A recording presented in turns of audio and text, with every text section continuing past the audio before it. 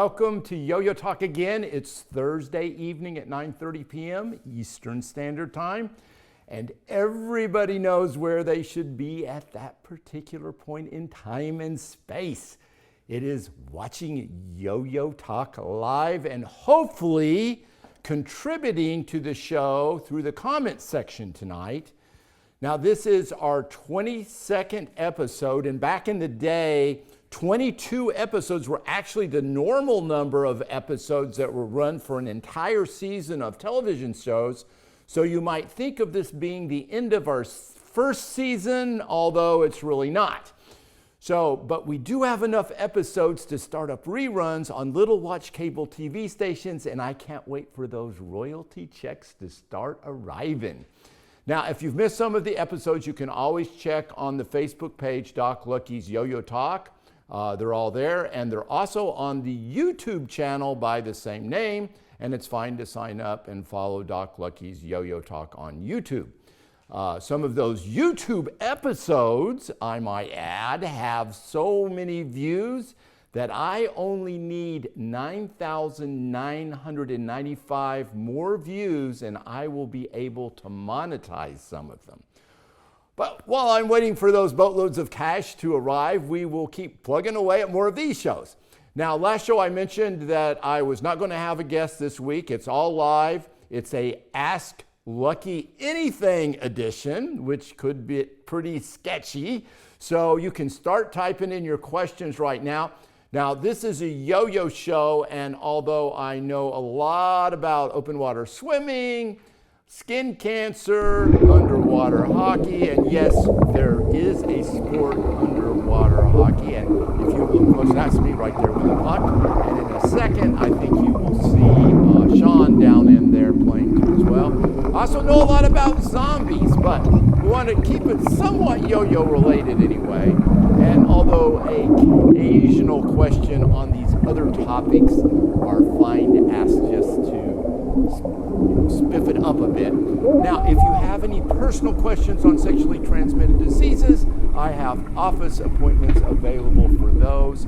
And questions on dating strategies, I will forward to Sean, our current expert in that. So while we're waiting for those questions to come in, and just a reminder, if you ask a question on YouTube, I will not see it on this show because we don't see that stuff until after the show is over. So, there won't be a YouTube showing tonight, apparently. So I guess there was a little computer glitch. So if you think you were watching on YouTube tonight, you're not. We'll post the episode, though, later after the show. So anyway, I'll answer any of those questions later on after the YouTube thing is posted. So last week, our official winners of the lightning round and the pop quiz grand prize package were, and these are the official winners, not the tentative winners, Judith Schultz of the Yo-Yo and Top Museum won the lightning round and those autographed John Gates yo-yos, which will look really good in her museum. And Chuck Short was the grand prize winner, answering the question before it actually went out to you guys, because there's like a 20-second delay from when I'm talking to when you're actually seeing it. So what I'm saying right now, you're actually hearing 20 seconds later. Now you say, how did this miracle happen, and how could he have possibly beaten the Nickinator? Has he discovered the secret of the Nickinator? No, it was just a joke, because he was answering the same answer for the lightning round question just to be funny. So he wrote in 12 and 6, which was 12 feet 6 inches, but it came in as 12.6. And that just happened to randomly be the answer to the two questions, 12 and 6, for the grand prize package. So the yo-yo gods were definitely smiling on Chuck Short last week. So before we get to what's in the prize package tonight, I want to jump into what is going on with the National Yo-Yo Hall of Fame. I had many episodes ago mentioned that we were trying to get this thing restarted, and we've been making some inroads in that. We do have a Facebook page now set up. You can see kind of the thing going there. That's what we got on the Facebook page, listing all of the people that are in the National Yo-Yoing Hall of Fame. Right now, we're trying to get a pool of worthy voters. And last week I mentioned that we wanted to get people on a Facebook page to be that voting pool. And it was getting kind of confusing because of the National Yo-Yoing page versus group. So we were trying to do this a little bit differently. So we have kind of changed that group to the Academy of Yo-Yo, yes, the Academy of Yo-Yo Arts, the Academy of Yo-Yo Arts. So that's what you need to be looking for, and we want you to sign up that. So check that out after the end of this show, the Academy of Yo-Yo Arts. Now, again, I want to remind everybody, this is for people that are worthy, that, you know, if you've been involved in yo-yoing for over 5 years, if you've made contributions to the sport or the hobby, those are the people we want. We don't want a bunch of 10-year-olds in the group. So we are going to be a little bit selective and a little bit snotty about that. So it is highfalutin, and we're going to keep it that way, but just realize that this is just to get things going. We'll probably make changes. I know we'll make changes down the line, but I want, there's a lot of viewers out there that should be in this group, so please check it out and get signed into that, and let your friends know too. This will be the voting pool, the Academy of Yo-Yoing Arts, and it sounds really cool too, so you want to be a member of that group. So I can't think of, what's that, Sean? Oh, we're getting some comments coming in. Okay. Okay. The bright lights are blocking right now. So anyway, the Academy of Yo-Yo Arts is kind of like getting the head of the camel under the tent. Once we get some people in there and we get some discussions going, I think everything else will follow on that. So let's take a look at what our grand prize package is tonight. And then while we're looking at that, please get some questions in for me.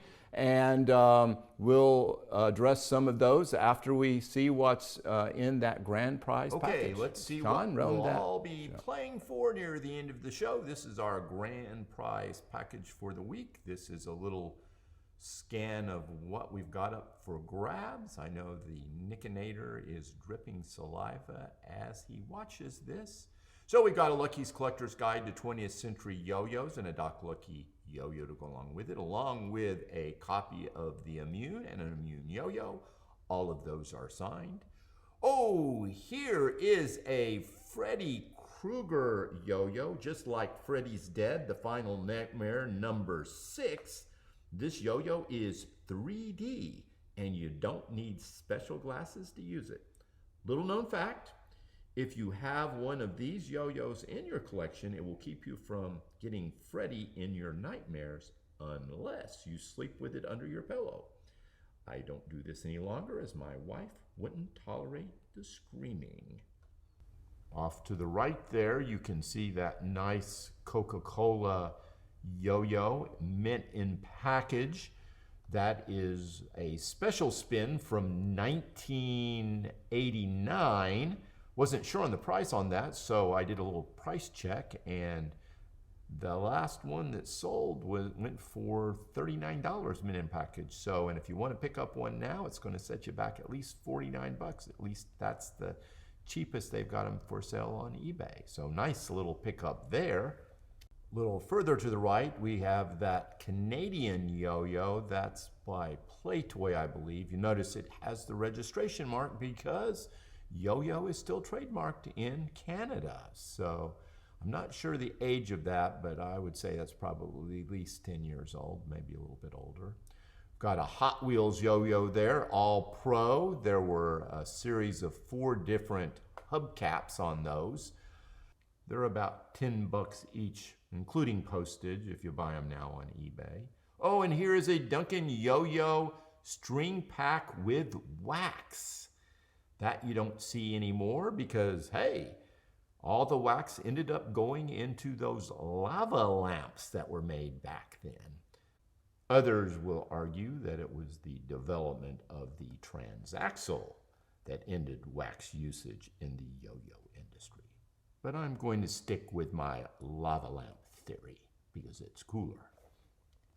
And here are a few garage sale yo-yos, so I thought I'd throw them up to just give a little more of a mix to the prize package tonight. There's an old Navy yo-yo. So let's take a look at our value for the prize package this week.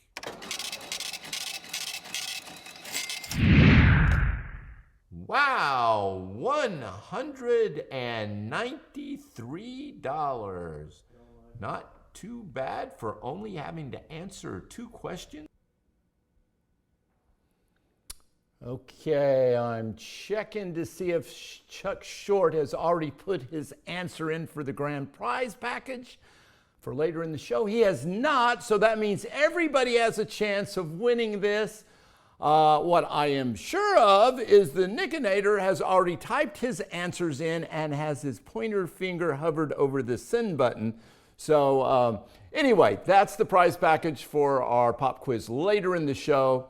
Okay, Sean, I know we've got some questions. I saw one coming up. John Gates wanted to know what my collection count currently was. And I don't know if John remembers or not, but I have invited John to come over actually someday, and I'll let him loose and he can start counting. 1, 2, 3, because I don't want to do it. I am guessing that I probably have somewhere between 5,000 and 6,000 different yo-yos, and probably 10,000 if you count all the duplicates and the traders and everything else that goes in there. So quite a few yo-yos. I think Judith Schultz asked what my first yo-yo was and what my favorite yo-yo. Well, my first yo-yo, I'm not sure that it was my yo-yo. I found it at my grandparents' house in an old cigar box, and it belonged to my dad.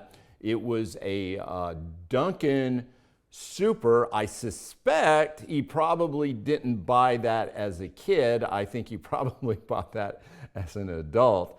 So that was technically the first yo-yo I probably ever played with. The first one I ever purchased was a Duncan Butterfly, probably around the late 60s. So don't even remember which version of the Butterfly it is, but I am pretty sure it was a Butterfly. And my favorite yo-yo is, of course, and I'll tell you a little story here, and maybe I've told this before, but my favorite yo-yo is my Flores yo-yo. And I have several Flores, but I have one, and I should have a picture ready to go. But it is a green yo-yo with the ink stamp seal. And I was swimming, and as you all know, I believe to be a Jedi yo-yo collector, you must have a Flores yo-yo in your collection. And ideally, you go out and find it in the wild or trade for it. I realize a lot of us are armchair collectors now. We click a button on eBay and get our stuff. But the real challenge is getting out there in the wild and finding a Flores. So I'd been collecting a number of years, and I can't remember exactly when. It was in probably the early 90s. It was whenever they were having the Masters Swimming World Championships. They were in Indianapolis, and I was there at this swim meet. And in between, it's like a 5-day meet, and I would race once or twice in a day, and I'd have a day or two off. So I had driven about 60 miles away from the pool, just going to antique shops and stuff like that to try and pick up yo-yos. And I went through this giant antique mall. There must have been 500 booths there. Spent 2 hours in it, didn't see a single yo-yo. And I'm not lying, I was in literally the very last case. And there's this green yo-yo, without a seal, I might add, there. And I actually hadn't seen a Flores before, so I didn't know the shape. I would have been freaking out now if I had seen it. But I didn't know the shape, and I'm thinking, oh my God, do I want to walk all the way back to the front, get them to get a key to come in and open this case. And I said, it has been such a dry visit. So I decided to go, and since I hadn't seen a yo-yo, and we get in the case, and they flip the yo-yo over, and there's that Flores seal. And I said, well, how much is that? And they said, $9.50. And you know what my reply was? Because I couldn't help myself. Would you take $8.50 for it? And they said, yeah, we'll take $8.50. So they didn't know I was doing backflips out in the parking lot when I was leaving. So anyway, that's the only thing I remember about the World Championship swim meet is I got my Flores there. So that is without a doubt my favorite yo-yo. I think Tim Simcoe wanted to know how I am dealing with not having fireworks at Universal every night. And I will say that when you live next to a place that shoots off fireworks every night, you don't even notice them. It's like living next to an airport. I remember back when Universal first opened, they had the speakers of the Jaws ride. They literally rattled my window every time the Jaws would make that giant roar. Well, I kind of got used to it, but everybody would come over, it would be going, my God, what was that? What was that? So it's kind of the same thing with the fireworks.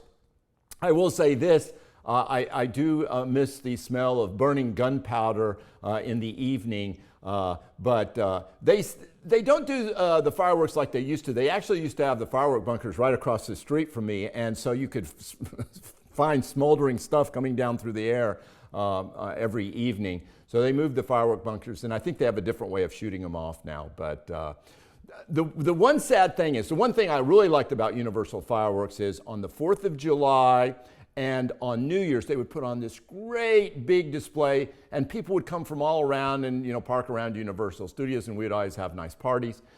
And then they quit doing it. They just started using these low-level fireworks and laser shows, and it's never been the same. Actually, my neighbors across the lake show a better fireworks display than Universal does. So there you have it there. Yeah, another question here. Okay, it comes from Joe Mitchell. It says tax-related question. Joe Mitchell has a tax-related question. Okay. Shoot. The IRS require you to declare the value of the prize against your taxes? That's a very good yo-yo related question. It is, does the IRS require you to declare the value of your winnings of the in these yo-yo contests?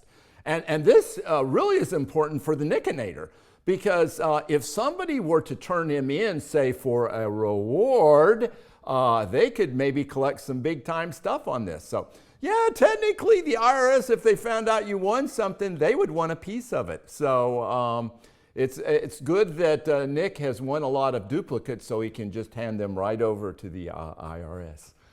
All right, let's move on. We'll take some more questions in a little bit later. But I want to talk about one thing, and I forgot to put a picture of this. I think last episode, or maybe it was 2 episodes ago, I had talked about those Tom Kuhn data checker DTS yo-yos, and I said, hey, does anybody have any information on those? And Chris McGregor filled me in on a lot of details on those yo-yos, and I'd never seen those before. And I know we'd ask everybody out there to say, hey, shout out what's going on with those, and nobody really knew. So here's the story. Apparently those data checker DTS are no jives, and apparently it was a short run, maybe 50 to 100, and he believes that it was commissioned in 1983, which was one of those earlier Tom Kuhn yo-yos, back when they were launching the company in 83. The latest it could be would be 96, because apparently it went out of business in 96. So that would be the years they could have been made, but it makes more sense that they were made right when they were opening the company.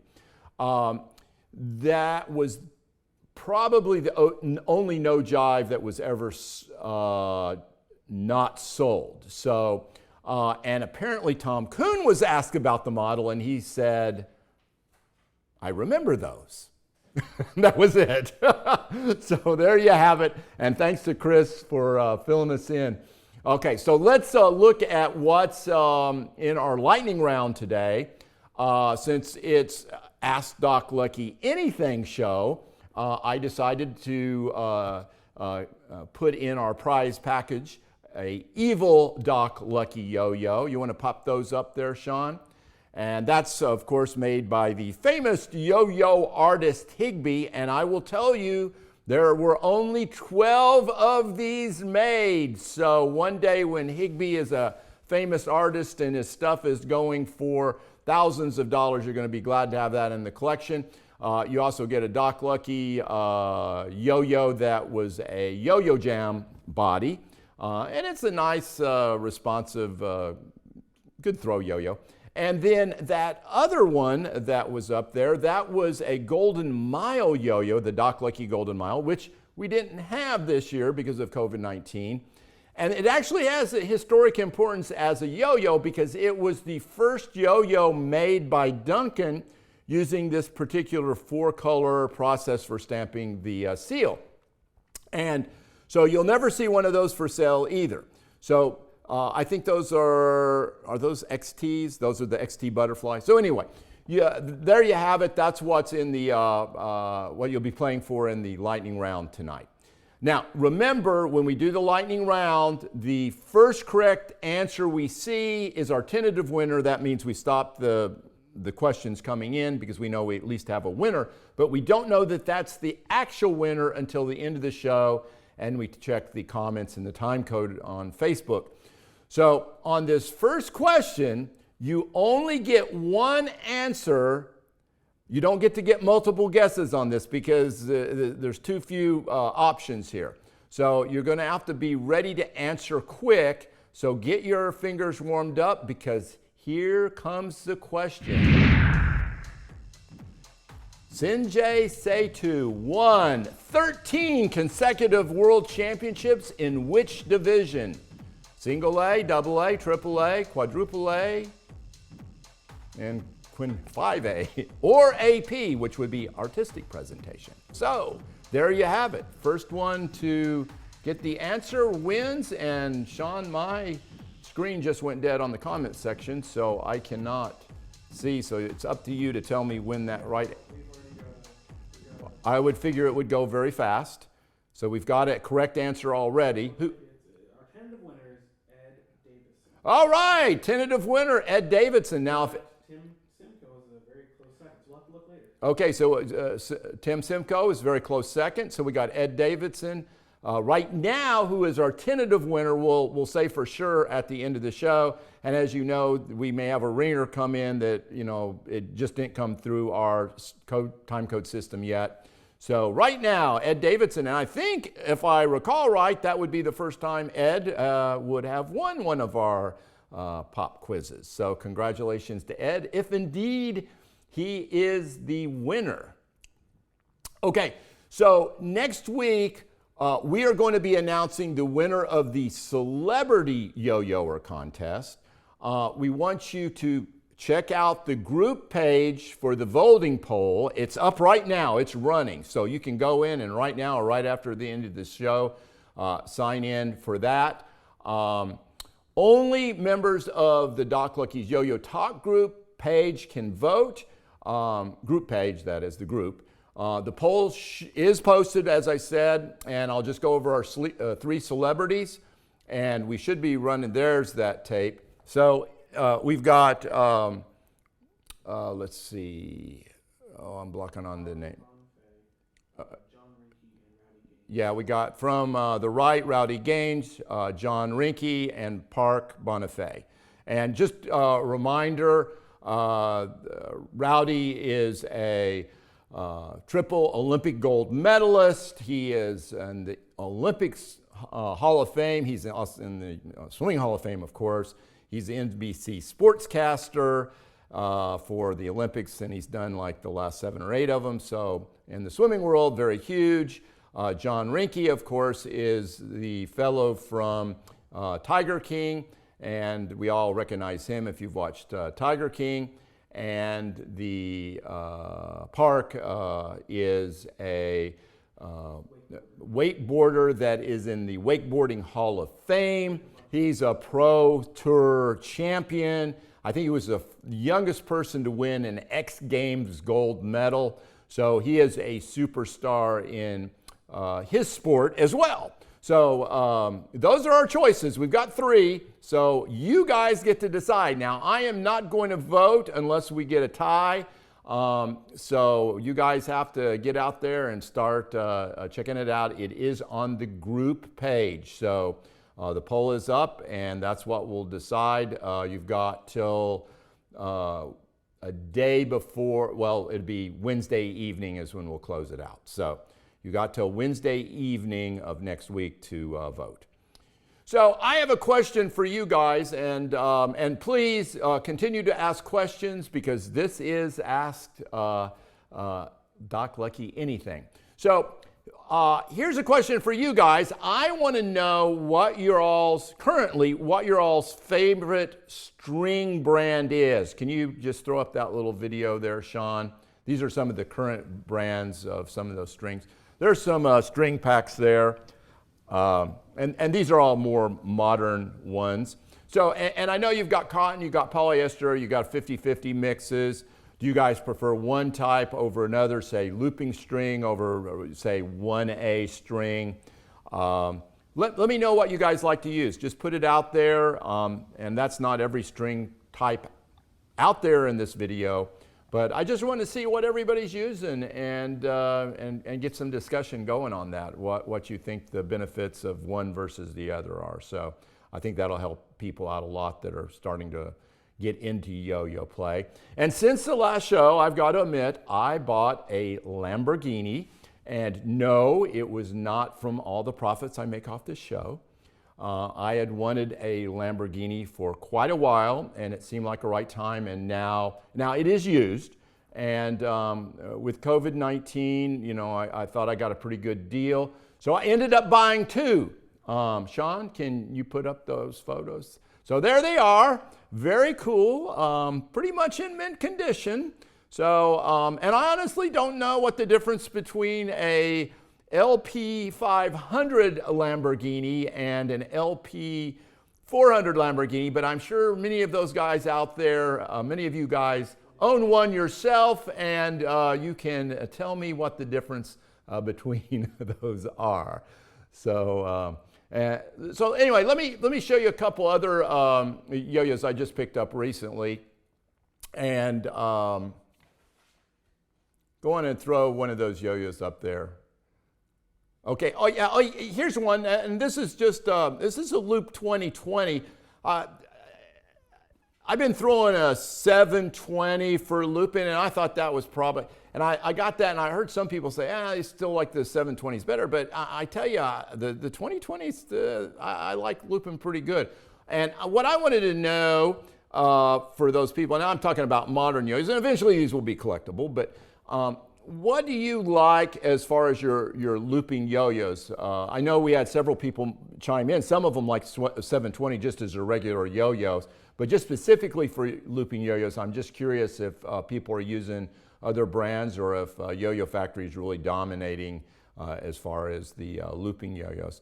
And Ed Davidson just posted a beautiful wood yo-yo. I shared it to the group, and if you aren't a member of the group page, please sign up.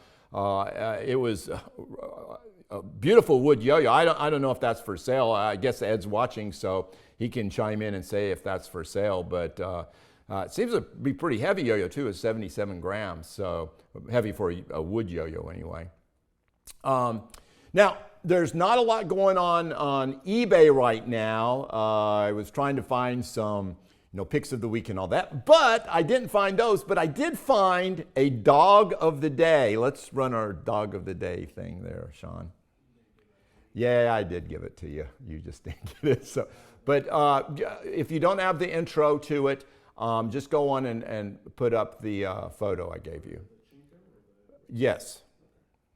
Show that up there. Okay, there it is. That now, if you look at this, now I think they put a little blue tape over the kid's head there.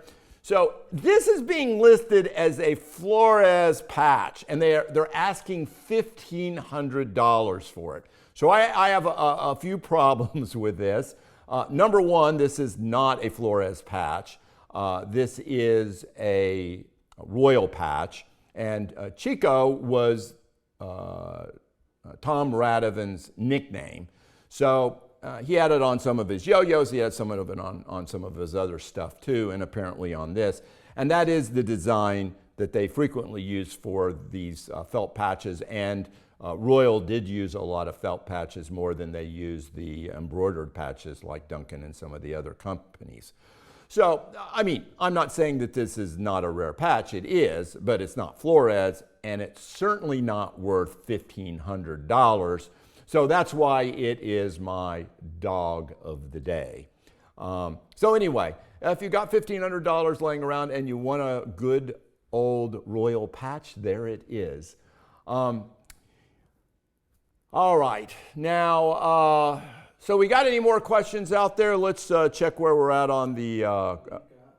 Oh, we got plenty. Okay, Sean. I'm looking right now. Sean's going through the questions. I can't see them because my screen went dead.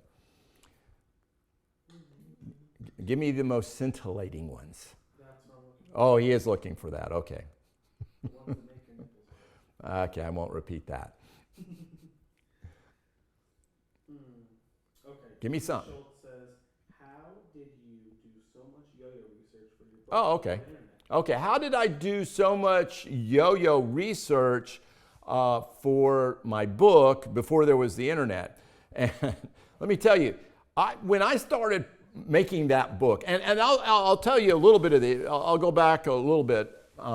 I was at the 1992 return of the Yo-Yo Show, and I had flown up to, I think it was Nashville, just to see the show. And I was there, and Harvey Lowe was there, and Fast Eddie McDonald was there, and they were putting on some demonstrations.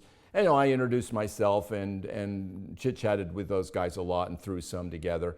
And it was a lot of fun. But the real reason I was there was the collection, because at that time I was just accumulating things, and so I could covet them and collect them. So I wanted to see what was out there, and it was a great first experience. And as I look back through the stuff that I took pictures of back then, there were so many things that were mislabeled and misdated. But anyway, so I went through and I literally took pictures of every single item in the collection, and then I also videoed it. And back in the day, when you would take pictures, it wasn't digital. You went to the instant clinic where you could, in an hour, get them processed and all that, which was super fast then. So they happened to have one of those hour printers in the mall, so I would just take a roll in, they would print them up, and I bought a big photo album and had all these pictures. And I was sitting there and I was going through the pictures with Harvey Lowe, and Harvey Lowe says, you should write a book. And I said, what? He says, yeah. And he says, you know more about the yo-yo than anybody I've ever talked about when it comes to history. And I'm kind of going, because I was really into it, and I was writing a few articles for Yo-Yo Times back then on some of the history stuff. And I was talking to all the old demonstrators and stuff. So I said, yeah, how long could it take me? Maybe 6 months. Well, so that's what got me started. 4.5 years later, the book was finally done. And actually, I think it was even longer than that, because the book didn't get published till like 99. And I remember the day it got released in Barnes & Noble. It was a great day because Barnes & Noble had put in a big order. And you just didn't get in Barnes & Noble. Even then, it was really hard to get in their stores. That was the day they came out with Pokemon. The thing that killed the last great yo-yo craze started the day my book came out. So anyway, but I did a lot of phone calls. I did a lot of letter writing, and it took what would have taken probably now 6 months to a year in research. Took me multiple years. The actual writing part and the editing and all that, it was 4.5 years. I probably did some preliminary stuff, but anyway. One more scintillating question before we get into our grand prize package pop quiz. Being a spinologist, Rick Brown says, being a spinologist, have you ever played disc golf? Yeah, okay, Rick Rentz wants to know, me being a spinologist, have I ever played disc golf? Well, that's an interesting question, because I do like things that spin. Right now, my current spinning thing is I have a axe throwing lane. So I am doing a little bit of axe throwing every day, and I like making those axes spin. And I also have a set of Throwdini knives. If you've never met the great Throwdini, he is the greatest knife thrower of all time. And he's got some pretty good signature knives out there. What was he talking about? Oh, disc golf. So disc golf. Yes, matter of fact, there was a time about probably 15 years ago that I went out and I bought me 4 disc golf goals, or whatever you would call them, holes, or anyway, the big metal things, the cages, and I put them in my yard and I played one time. And then just there were too many things going on and it was crazy. And we ended up donating them. Actually, just last year, we ended up donating those disc golf goals to the Children's Ranch. So they did end up being put to a good purpose. So anyway, so yes, I did experiment with disc golf. I spent a lot of money for one round, and that was it. So end of story. All right. So, okay, so enough of the chit-chat. I think we've asked all the burning questions. We'll have another Ask Docky round at some time in the future. But I know everybody wants to get into that grand prize pop quiz package. I want to remind everybody, the person with the 2 correct answers in the same comment is our tentative winner. The official winner won't be until after the show is over. Once we get a correct answer, we stop it because we know we have a correct answer, but then we have to look at the time code to see who the actual winner really is. So, Sean, let her rip. And I mean the questions.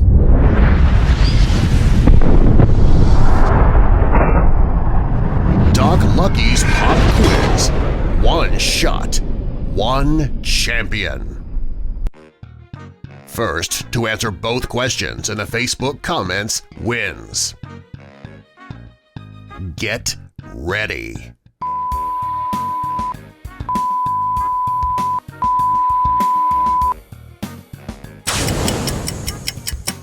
Name this famous yo-yo demonstrator and who won the 2A division in the 2020 U.S. Yo-Yo National Championships. Famous yo-yo demonstrator and 2020 AA National Champion. Who was it?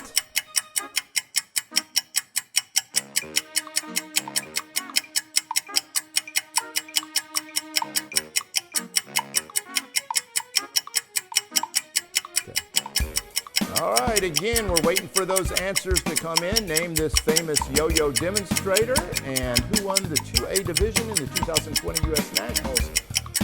Chuck apparently did not answer the question before we gave it this week, so we are getting answers coming in. We'll see who is going to pick up that nice prize package tonight. I know the Nickinator is on the internet now, typing away, trying to find out those answers.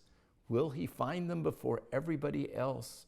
There should be people out there that just look at that picture and know, I know when you first look at that, everybody thought, that is Chuck Short there. No? You have to have names first and last.